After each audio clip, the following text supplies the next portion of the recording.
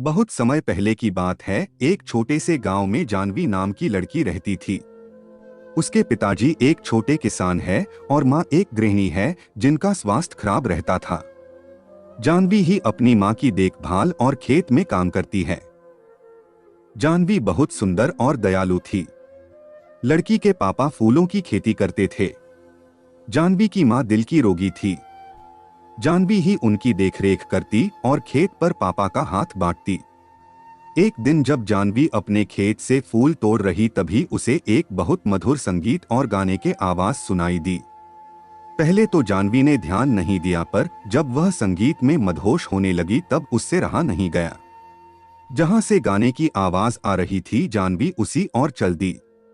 पास जाकर देखा एक हट्टा कट्टा लड़का अपनी आंखें बंद करके गिटार बजाते हुए गाना गाए जा रहा है। जानवी उस अनजान लड़के को एकटक होकर देखने लगी। बहुत देर तक जानवी उसको देखती रही और संगीत में खोकर उसके पास आंखें बंद करके बैठ गई। जब लड़के ने गाना बंद किया और आंखें खोली तो देखा एक सुंदर और मासूम सी लड़की उसके सामने बैठी है। लड़के का नाम राज था। राज ने पूछा, कौन हो तुम?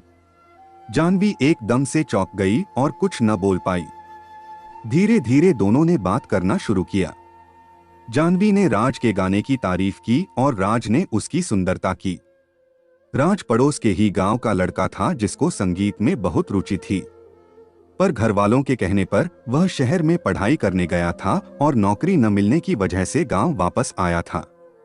उस दिन दोनों बैठकर घंटों बातें करते रहे और दोस्त बन गए। जानवी को राज पसंद आ गया और दोनों रोज मिलने लगे।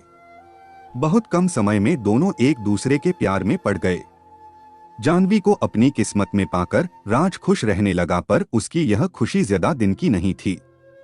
एक दिन जानवी के पिता ने दोनों को एक साथ पकड़ लिया और राज को दोबारा उनके गांव में आने से रोक दिया। जानवी ने अपने पिता समझने की कोशिश की, पर उसके पिता एक गाने वाले के सख्त खिलाफ थे। जब जानवी की मां को यह पता चला तो उनकी तबीयत और बिगड़ गई। इस बात से परेशान होकर जानवी ने राज से फोन पर भी बात करना बंद कर दिया। राज ने मायूस होकर गांव को छोड़ दिया। राज का जान देखते देखते समय गुजरता गया और जानवी की शादी की बात चलने लगी, पर जानवी अब तक राज को भूल नहीं पाई थी। उसको राज का वह वादा याद आता जो उससे करके गया था। चाहे कितना भी वक्त लग जाए, मैं एक दिन कामयाब होकर तुम्हें लेने जरूर आऊंगा। मैं मरते दम तक बस तुमसे ही प्यार करूंगा, तुम मेरा इंतजार जरूर करना। कभी कभी जानवी को लगता कि राज उसको भूल गया है और कभी कभी लगता वह जल्दी ही वापस आ जाएगा। न जाने कितनी बेचैनी और दर्द में जानवी जी रही थी। न वह किसी से कुछ कह सकती थी और न अपने प्यार को भूल सकती थी। एक दिन एक लंबी सी गाड़ी उसके घर के बाहर रुकी जिसके पीछे गांव के बच्चे दौड़ रहे थे। इससे पहले गांव में इतनी महंगी गाड़ी कभी नहीं आई थी। गाड़ी देखकर ही मोहल्ले के सभी लोग जमा हो गए।